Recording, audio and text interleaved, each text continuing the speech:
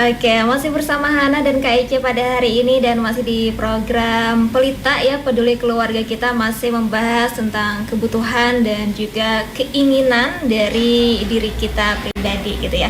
Oke, kita lanjutkan lagi nih tanya-tanya sama Kak Ece. Apa sih yang terjadi kalau misalkan kebutuhan diri kita itu tidak terpenuhi itu? Oke, jadi nih teman-teman ya, mitra bandit sekalian, apa sih yang terjadi kalau kebutuhan diri kita tidak terpenuhi gitu? Yang pertama pastinya gitu ya, kita akan sulit memenuhi kebutuhan orang lain. Nah, jadi misalnya nih ya, contohnya kayak aku gitu, ibu gitu ya, ketika kebutuhan diriku tidak terpenuhi, badanku capek, misalnya kayak yang aku ceritain tadi tuh gitu ya, atau enggak aku kurang tidur gitu, kurang makan gitu ya, atau makan nggak tepat waktu gitu ya, terus mahnya kambuh, badannya jadi nggak enak kan. Nah, artinya aku nggak akan bisa tuh memenuhi kebutuhan diri anak-anakku misalnya, atau nggak pasanganku gitu, atau nggak ketika orang tua kita gitu ya lagi butuh kita gitu, jadi nggak bisa gara-gara kebutuhan diri kita sendiri belum terpenuhi gitu. Apalagi nih kalau misalnya masalah fisik tadi gitu ya, sangat mengganggu juga gitu, dampak fisiknya seperti sakit, terus lemah, letih, lesu gitu ya, apalagi kalau pas puasa ini nih gitu, jadi kadang-kadang kurang bersemangat gitu. Inilah kenapa penting banget untuk memenuhi kebutuhan dirinya. Terus juga secara psikis nih, mudah marah tadi kan kita udah spill juga, gampang stres juga, biasanya jadi gampang overthinking, frustasi gitu ya, jadi kayak apa dulu nih gitu, istirahat dulu apa ngerjain apa dulu gitu. Nah, terus juga dampak sosialnya seperti hubungan keluarga yang jadi kurang baik biasanya gitu ya. Kita jadi nggak bisa menjalankan peran kita di dalam keluarga dan masyarakat gitu. Nah, ya itu tadi karena misalnya sakit karena, atau enggak secara psikis terganggu gitu ya, emosinya lagi labil gitu. Jadi ya seperti itulah dampak-dampak yang terjadi kalau kita tidak memenuhi kebutuhan diri. Oke, jadi kalau misalkan kita sudah letih, lesu, lemah, sakit gitu ya, overthinking, marah-marah, bisa jadi kebutuhan diri kita tidak terpenuhi ya Kak ya? Betul, jangan-jangan itu alarmnya gitu. Jadi harus peka, benar-benar dikenali dirinya. Nah, gimana tuh cara kita memenuhi kebutuhan diri kita Kak? Oke, memenuhi kebutuhan dirinya nih ya, kalau untuk dari materinya keluarga kita gitu ya, kita yang pertama karena kita bahas tentang kebutuhan dasar dulu, yang dijaga pertama adalah asupan makanannya nak. Jadi makan gak cuman buat kenyang, gak cuman buat istilahnya enak doang gitu ya. Misalnya kayak makan seblak tuh enak tuh, pedes-pedes buat yang suka makan pedes gitu ya, berkuah, apalagi hari-hari hujan gini nih, ya jadi tambah gilar yang puasa, sorry. Tapi perlu kita perhatikan juga asupannya gitu, makanan kita udah bergizi belum gitu, udah cukup belum gitu. Nggak harus selalu yang mahal karena buat bergizi gitu, bisa pakai misalnya tahu tempe gitu ya, oseng kangkung gitu. Nah ini bisa jadi menu inspirasi buka puasa juga nih buat ibu-ibu ya. Terus juga kita memenuhi diri dengan cara tidur dan istirahat gitu. Nah ini biasanya juga akan sangat sulit dijalani oleh para orang tua gitu ya, atau enggak teman-teman yang bekerja gitu ya, atau enggak teman-teman yang ibu gitu, atau enggak orang tua yang nggak punya backup, nggak punya bantuan gitu, misalnya ngurus anaknya sendiri gitu, pasti kerap kebayang tuh, kerasa gitu ketika ngantuk capek tapi anaknya masih pengen main, atau enggak anaknya nggak ada yang jagain gitu ya. Itu kalau aku sih biasanya gini, nah aku ajakin anaknya tidur gitu, kerjaan rumah nanti dulu, aku tidur dulu, aku memenuhi kebutuhan diriku dulu gitu, baru nanti next selanjutnya setelah udah segar baru deh beresin rumah misalnya, atau enggak mulai masak gitu. Dan yang di tahapan selanjutnya tuh ada yang sosial tadi kan, kalau di hierarki kebutuhannya Maslow, kita juga harus berinteraksi dengan orang lain. Nah, karena kan kita makhluk sosial ya, kayak Hana tadi tuh contoh ceritanya gitu. Ketika biasanya Senin sampai Sabtu gitu ya keluar rumah gitu, tiba-tiba hari Minggu di rumah aja mager gitu, kadang-kadang juga jenuh juga gitu, nggak ngapa-ngapain, golang-galing, nge-scroll aja, nggak ada kegiatan yang lain gitu, nggak ada interaksi secara sosial secara langsung tuh, kadang-kadang juga ada sesuatu yang hilang. Jadi harus berinteraksi. Dan yang terakhir tadi tuh aktualisasi diri. Nah, aktualisasi diri itu tuh melakukan aktivitas yang sesuai keahlian. Misalnya nih kayak Hana siaran gitu ya, aku juga suka ngobrol, aku bikin konten misalnya gitu. Ada teman-teman yang misalnya aktualisasi dirinya suka merajut, nah cari deh komunitas yang mungkin suka merajut gitu, atau enggak ke pengajian gitu. Jadi bisa jadi salah satu ya, betul. Jadi juga salah satu kan kita banyak majelis nih di kota Kandangan gitu, bisa dapat dua tuh, berinteraksi dengan sosial dan juga dapat ilmunya juga untuk aktualisasi diri gitu, untuk pencapaian diri kita yang lebih baik lagi. Seperti itu. Iya. Nah, gimana tuh Kak cara kita membangun komunikasi dengan keluarga, dengan pasangan atau orang terdekat kita kalau kita ini biar bisa paham gitu, kita mau memenuhi kebutuhan kita nih. Gimana tuh cara ngomongnya? Nah, kalau misalnya dirangkul itu ya di keluarga kita gitu ya, kita punya yang namanya komunikasi efektif. Nah, jadi berkomunikasi dengan keluarga mulai dari aku merasa gitu. Jadi nggak ujuk-ujuk sama suami misalnya gitu ya, sama pasangan gitu. Kamu sih nggak ngerti, aku tuh capek nggak sih? Aku tuh gini. Nah, itu tuh biasa jadi konflik. Nah, kalau di keluarga kita diajarin anak-anak psikologi atau enggak anak-anak konseling ini juga tahu nih. Kita mulai dari aku merasa bla bla bla karena saat ini gitu ya, misalnya bla bla bla gitu ya.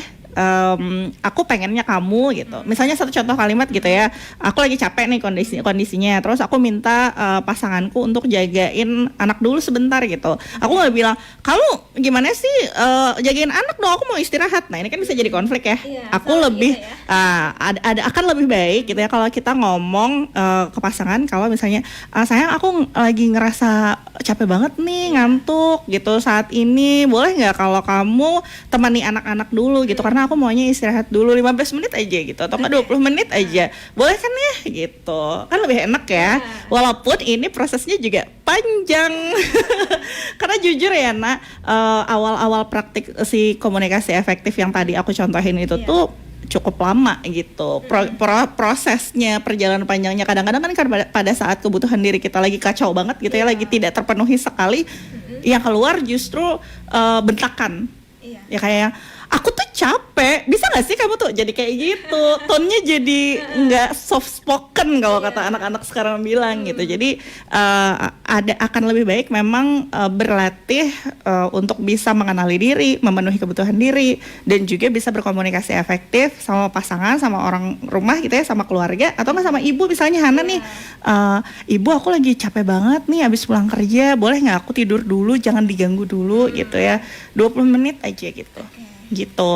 Daripada misalnya aku guring dulu lah mak, jangan diketok-ketok nih lawangku gitu. Nah, jadi kadang-kadang dia apa deh anak ini gitu ya. Kadang-kadang ibu kita kan jadi sebel juga gitu. Nah, jadi nanti kita juga akan belajar itu di gimana caranya bisa komunikasi lebih efektif sama keluarga. Wah, jadi masih panjang perjalanannya. Iya dong. Sampai berapa tahun nih kontraknya Kak? Aduh, tergantung ya kita Amanit supportnya sampai kapan. Dan Hana semoga tidak bosan ya. Semoga Mitra Amanit juga punya banyak insight baru gitu dari refleksi aku, dari materi-materi yang ada di keluarga kita yang aku share juga hari ini. Dan buat Mitra Amanit yang punya pertanyaan langsung tanyakan aja ya, bisa lewat telepon di WA atau di pulsa juga bisa di 0812 11 12 2939 dan nanti langsung dijawab sama Kak Ece gitu. Oke, baik, jadi komunikasinya harus efektif juga ya Kak ya, jangan langsung berdiam kada. Berdiam kada, ndani lagi uyuh misalnya kayak itu, jangan jual lah gitu. Kadang-kadang suka gitu kan kalau kita capek gitu. Jadi kita juga harus sadar alarmnya. Kayak Hana tadi kan udah sadar tuh kalau misalnya terlalu lama di luar kayaknya capek deh, pengen diem dulu di rumah gitu. Ya udah komunikasikan aja ketika alarmnya udah nyala gitu. Jadi harus sadar dengan alarm diri kita. Ini udah lapar banget misalnya, kayak ke teman gitu, sorry ya aku makan dulu nih 30 menit aja gitu. Ya makan apa 30 menit sambil prepare misalnya 30 menit gitu, boleh nggak kita ngobrolin sesuatu yang penting nanti dulu gitu, atau nggak sama pasangan gitu, bisa juga diobrolin.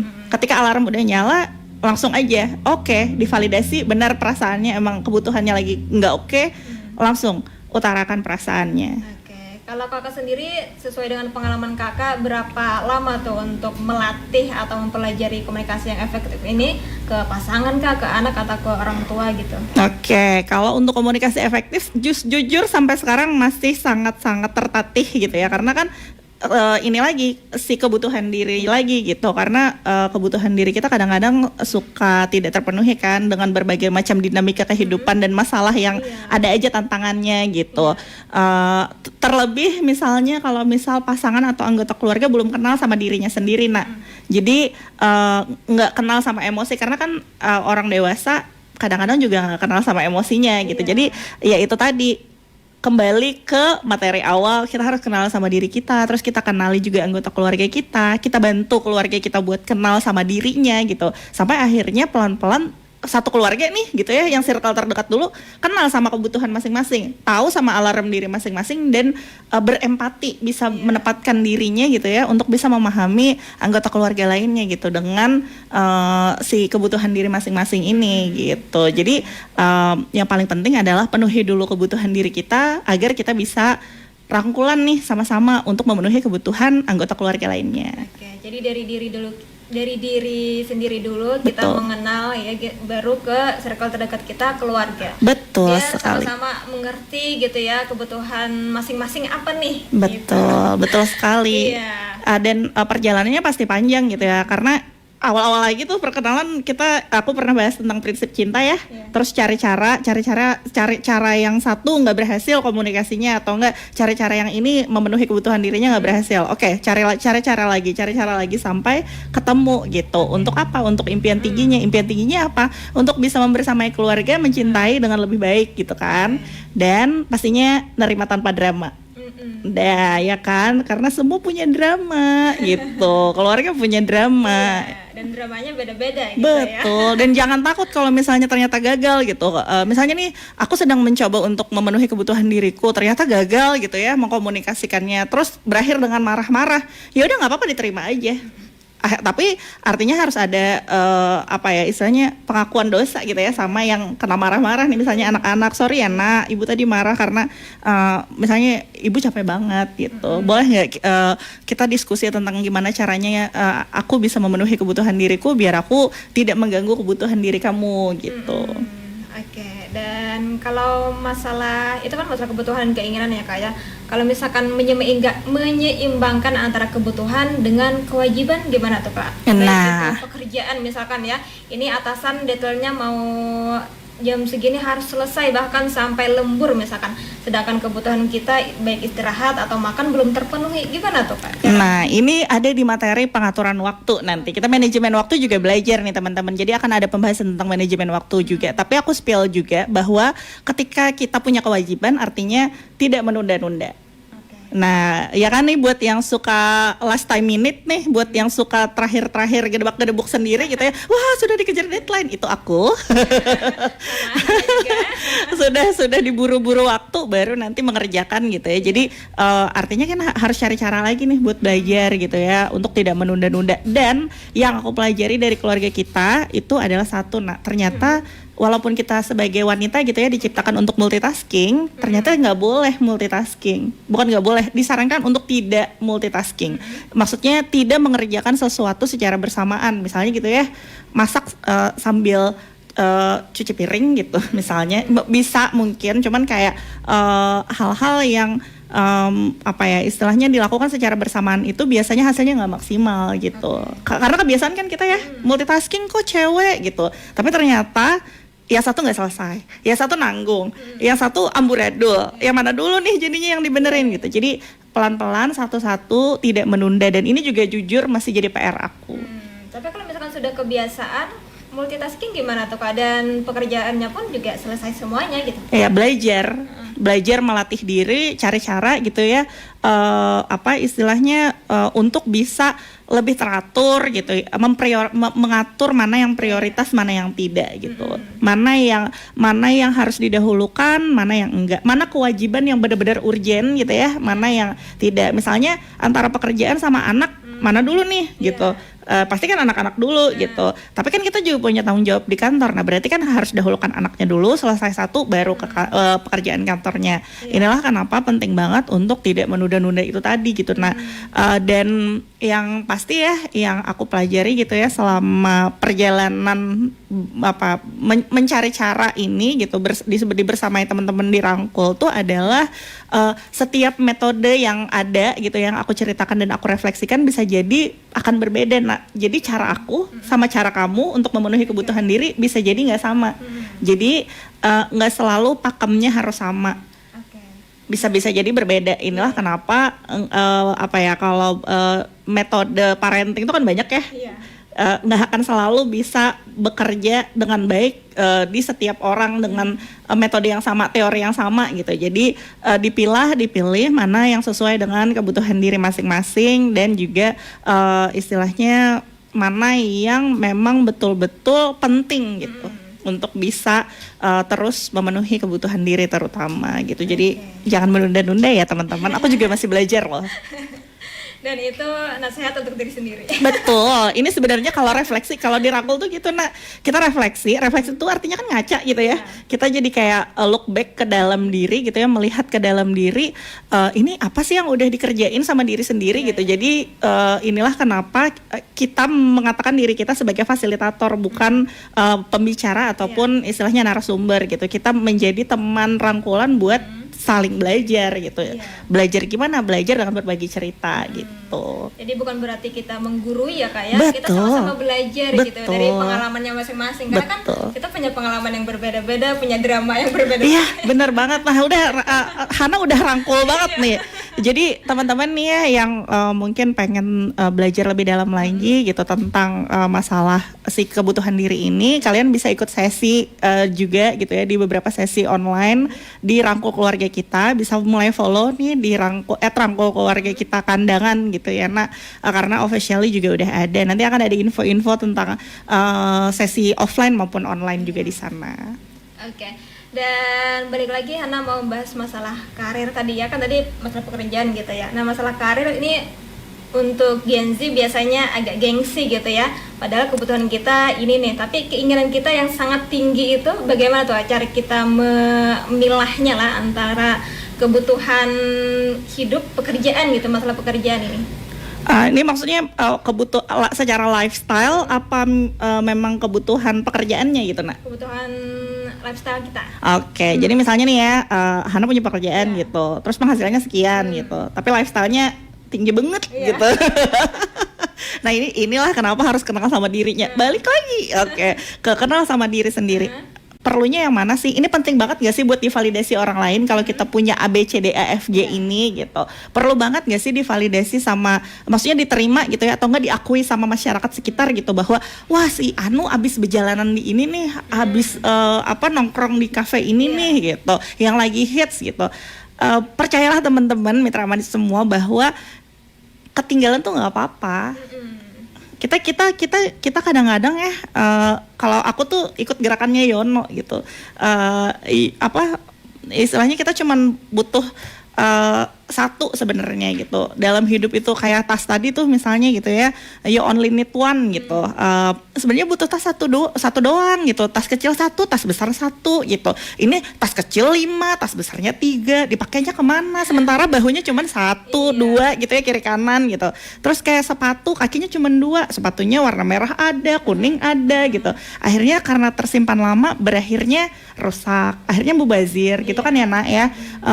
Akan lebih bijak kalau misalnya kita tahu tentang kebutuhan diri kita dan kita bisa nge-keep nih keuangan kita gitu ya untuk masa depan, untuk kebutuhan yang lebih ini lagi, misalnya kayak ngumpulin dana darurat gitu, karena sewaktu-waktu mungkin ada kejadian apa gitu, kempes ban di jalan, motor mogok gitu ya kan, itu juga butuh biaya sebenarnya gitu. Nggak melulu nongkrong di kafe itu keren kok teman-teman.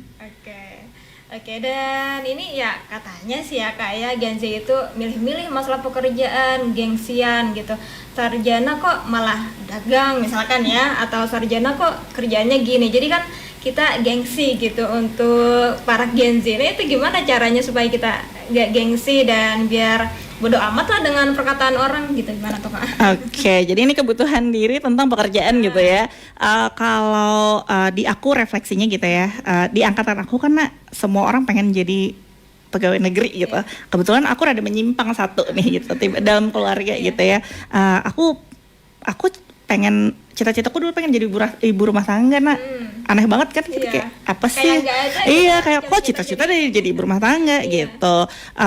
Which is gak salah juga gitu. Nah, lagi-lagi karena aku kenal sama diriku gitu ya, aku tahu mauku apa, aku tahu potensinya di mana gitu ya. Akhirnya misalnya nih kita dibentuk dari sifat bawaan kan, kemarin kita bahas. Terus kita juga dibentuk dari karakter, dari lingkungan, dari pendidikan, dari cara asuh, pola asuh orang tua gitu. Nah, dari sana kita jadi kenal nih sama diri kita. Kita tahu potensi kita apa, kita tahu kehebatan kita di mana, kita tahu kelebihan kita di mana, terus bisanya kita apa gitu ya. Ketika kita suka sama sesuatu, kita pasti udah yakin nih, oh aku bisanya di sini nih, aku pengennya di sini, kayak aku pengen jadi apa istilahnya penyiar misalnya dulu ya, siaran, terus ternyata siarannya harus off dulu, aku punya media baru nih, punya Spotify, terus bikin YouTube gitu ya, membangun sosial media dengan ranah yang mirip gitu. Tapi karena apa? Karena kebutuhan diriku perlu di situ gitu. Aku kenal diriku bahwa aku harus menghabiskan 20.000 kata gitu. Nah, sehari kalau nggak ngomel di rumah gitu. Jadi dengan kita mengenali diri kita sendiri, apapun jalan yang kita ambil kita udah yakin gitu. Walaupun ya kadang-kadang gitu ya jalan yang kita pilih belum tentu Tuhan pilih gitu. Jadi lagi-lagi ada campur tangan Tuhan juga kan di situ gitu. Kalau masalah komentar orang lain gitu ya, itu tergantung bagaimana kita meresponnya gitu. Karena kan lagi-lagi ya, ini nanti kita akan bahas juga di masalah emosi, tapi aku spill juga bahwa kita tidak bisa mengendalikan apapun yang ada di luar kendali kita. Orang lain, komentar orang lain gitu ya, emosi orang lain, prasangka orang lain. Yang bisa kita kendalikan kan cuma diri kita sendiri. Nah, kebutuhan diri kita apa? Kita butuhnya kerja di sini nih. Kita serunya dan senangnya, bahagianya di sini nih. Ya kalau misalnya orang lain agak nyinyir gitu ya, ya memang mereka bisa nolong apa gitu. Selama itu positif kan toh baik-baik aja kan gitu. Toh tidak mengganggu dan tidak merugikan orang lain. Selama itu tidak mengganggu dan tidak merugikan orang lain, aku rasa sih kayaknya is okay gitu. Jadi sikap bodo amat itu nggak selalu negatif ya Kak ya? Kalau kan ada bukunya tuh kadang-kadang kita memang harus bersikap bodo amat gitu dengan komentar-komentar yang memang tidak datang dari ahlinya gitu. Kalau aku sih lebih ke kayak omongan orang aku jadikan istilahnya input yang aku harus saring juga gitu. Karena kan nggak semuanya nggak semuanya bisa kita telan bulat-bulat kan gitu. Nah ini lagi-lagi tergantung dengan kebutuhan diri kita. Kita butuh dengerin siapa nih gitu.